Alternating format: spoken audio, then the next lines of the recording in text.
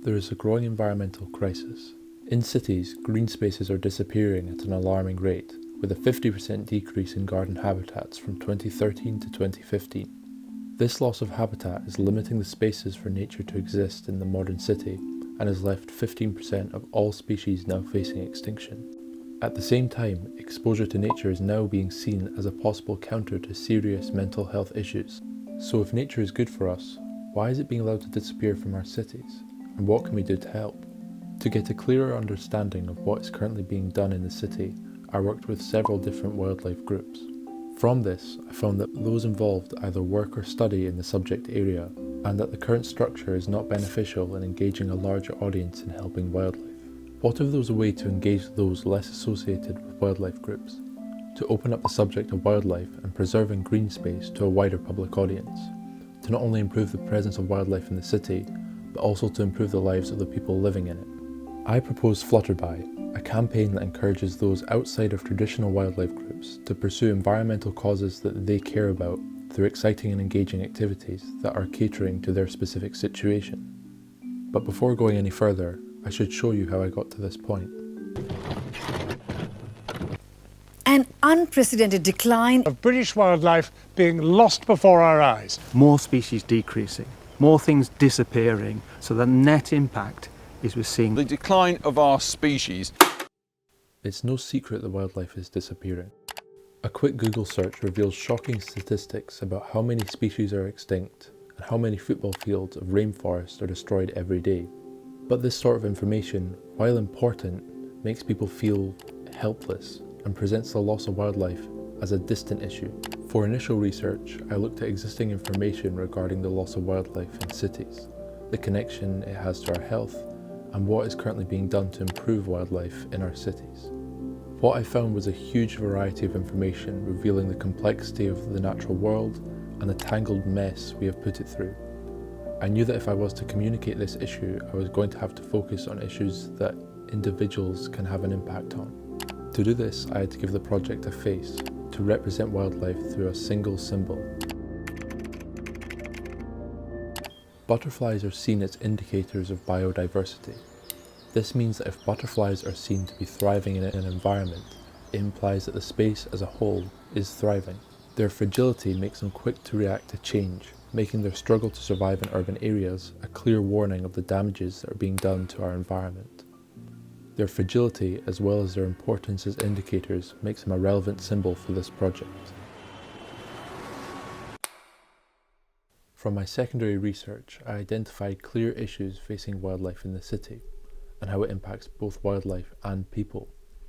I wanted to bring my observation to the public, to gain a broader sense of what people think about wildlife in the city, why they think it's disappearing, and if they feel that wildlife matters to them. To do this, I created a series of origami butterflies and presented them in the meadows. I asked people to open up the butterflies and answer the questions inside. When asked about what's causing butterflies to vanish from cities, people responded with large-scale issues such as global warming and climate change. Very little was mentioned of small-scale action which can be acted on by individuals. In response to a question of the importance of butterflies, people responded in a wide variety of ways, ranging from their importance as pollinators to associations of childhood summers. Finally, when asked about how nature in the city makes you feel, it was made clear that people do see wildlife in the city as something that is very important to them, highlighting that people do care about wildlife and want to make a difference, but may not be suited to current wildlife projects. From this research, 3 core points stood out to me. There is a need to communicate small-scale environmental steps that uplift people. Almost everyone has a connection to wildlife, and there is a need to make wildlife activities more accessible to the general public, so that everyone has the opportunity to get involved. After completing my intervention, I got in touch with the Butterfly Conservation, a wildlife organisation preserving the presence of insect life. From creating a wildlife meadow with them, I found that everyone who was volunteering was either working or studying the subject of wildlife, or they were retired and had the time to commit to these voluntary projects. For me, this raised the question, what can be done to bring outsiders into the space of wildlife preservation? Moving forward, I wanted to explore ways of engaging those interested in wildlife who don't have the time to commit themselves to large-scale green projects. As the project began to develop past the research stage, I started looking at methods of visualizing the project. So to do this, I chose to visualize my artifacts as IKEA products, addressing the loss of wildlife in an environment that everybody has experienced. The first object I created was the frame. An image that is forever connected to the butterfly is the butterfly collector. I wanted to take the visual of the typical butterfly collection cabinet and turn it into a message of wildlife loss, beyond its original connotations. The paint surrounding the clear silhouette represents the pollution of cities that has caused the species to disappear. Leaving these clear silhouettes presents an unusual image that shows that there was once something here that can now no longer sustain itself. Moving on from there, I created the plant pot. The pot was created to address the issues of pesticides and paving in gardens. Each petal holds a fact or a message reflecting the loss of wildlife in gardens, in pursuit of a perfect looking garden built around the destruction of real nature. The last to be created was the concrete box. Created by hand, the box focuses directly on the issues of paving in gardens and in city green spaces. It also represents a change in direction, as up until this point my artifacts had been bold statements with no reflection of positive forward movement, opting for the display of negative information to engage my audience. The box contained a positive message with the flower rising through the concrete, as well as a statement of loss with the message on the lid.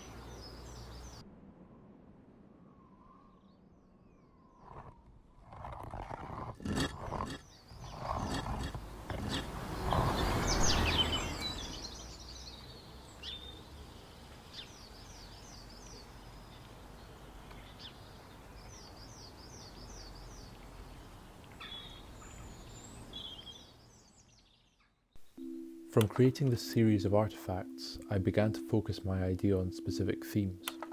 I knew that I wanted to project a positive and personal message, not only on the loss of wildlife, but also on the subject of what can be done to help it. At the same time as I was developing these artifacts, I was working alongside Borough Beautiful, an environmental group based in Linlithgow. Through them, I maintained my own public garden space. I found this activity to be almost therapeutic, as I was able to relax from outside pressures, and it was providing me with an activity where I was actively helping not just myself but the community and the wildlife in the area, all while having a very limited knowledge of flowers, species and wildlife. This feeling was something that I wanted to bring into my project, to engage those outside of wildlife groups with a similar experience to my own. But I also faced the issue of making this possible in the city, a place where green space is very limited and people may not have the same amount of time to commit to a green space far from their home. I wanted to bring this green space into the home or onto the windowsill. That's where Flutter Bye comes in. Flutter Bye looks to engage people with wildlife from a new angle by building on small environmental steps to push forward a new approach to wildlife preservation and the social groups that surround it. This is done by focusing on specific groups of people who may feel left out by the structure of traditional wildlife projects. This includes those who are working, those with young families, and those without access to a garden. To communicate this to the public, the campaign is centred around a window box kit, with each of the kits targeting one of these groups and having its own identity. To display the contents, I've chosen to show the family kit. The box includes a variety of different content, some designed specifically for either kids or parents, while most of the content is designed to be used as a family. This includes a book of activities. These activities are designed to encourage engaging ways of helping and sharing wildlife with others, from a family perspective. The activities range from creating your own butterfly display, to scatter seeds and raise awareness, to identifying and spotting wildlife, teaching kids about different animal and plant species. An origami butterfly, designed to be displayed from a window to allow those involved with the campaign to share their environmental actions with others. A collection of fabric butterflies, packed with seeds to display in a public space. Families are encouraged to place these biodegradable butterflies in public spaces to not only spread seeds, but to share environmental messages that may inspire others to get involved. A series of Flutter Bye posters, designed as an engaging visual. The posters also display information on different plant and animal species. A variety of gardening equipment, as well as badges and pins. We would like to see Flutter Bye as a symbol of environmental inclusivity, and we want those involved to feel that they are part of something that is bigger than themselves. And finally, there is a packet of seeds that can be grown in the box once it's been emptied. Through this, we want to encourage adding an element of the outdoors to the centre of the family structure, as well as showing the role that nature can have even in the home. Flutter Bye is centred around the protection and preservation of wildlife, so the production process must take this into account. Each kit will be constructed from FSC wood. FSC is an environmental organisation that runs a global forest certification system, making sure that more trees are planted than the amount that they use, creating an environmentally friendly cycle of production. From there, we want to work with a variety of local volunteering groups to assemble the kits. From the beginning, the kits were designed to be easily constructed to make them easy to manufacture and assemble. Once they're assembled, there's a need to establish a connection between the kit and the audience. To do this, we want to work with local businesses within cities. Local businesses make up the heart of the city community. Every area of a city has its own identity, made up of independent and unique shops. We would like to work with these shops to distribute our kits, to extend the presence of Flutter Bye as a local project that sees the work of local businesses as having the same morals and values as ourselves. While the campaign is largely focused around the kit, there is also an opportunity to engage a larger public audience through bringing Flutter Bye into the city. We would like to see Flutter Bye addressing environmental issues in cities through a variety of different visual communication, ranging from guerrilla marketing to environmental displays. Beyond the presence of the kit, we want Flutter Bye to function as a stepping stone for connecting the target groups with wildlife preservation activities and organisations. To do this, we would like to work with existing wildlife organisations. These local organisations would submit their own activities and challenges for each of the Flutter Bye focus groups, giving those involved with Flutter Bye the opportunity to take part in further localised wildlife activities that are appropriate for their environment. These activities would range from home activities to group events with others who are involved with the project, establishing personal connections with others with similar interests. From proposing this to the wildlife groups I worked with, they saw this as an interesting and productive way to break down barriers and for encouraging more people to help and become involved in wildlife preservation. Flutter Bye presents an engaging and inclusive experience connecting to core issues of wildlife loss in cities. Through exploring environmental issues, gaining public perspectives, and working with existing projects, I've been able to identify a range of issues impacting the accessibility of wildlife groups. allowing me to create a productive and inclusive project that looks to help tackle some of these issues. While environmental issues are too large for one person or one project to fully tackle, there is always a need to address small-scale environmental action by encouraging active engagement from people who may otherwise feel ignored by environmental groups. Flutter Bye presents an opportunity for those who may feel excluded to be a part of something bigger than themselves, building environmental action around their specific situation, while also presenting them with a network of environmental connections, providing them with a strong framework to build from, to not only benefit themselves both physically and mentally, but also the environment that surrounds them, and therefore the wildlife that inhabits the space around them.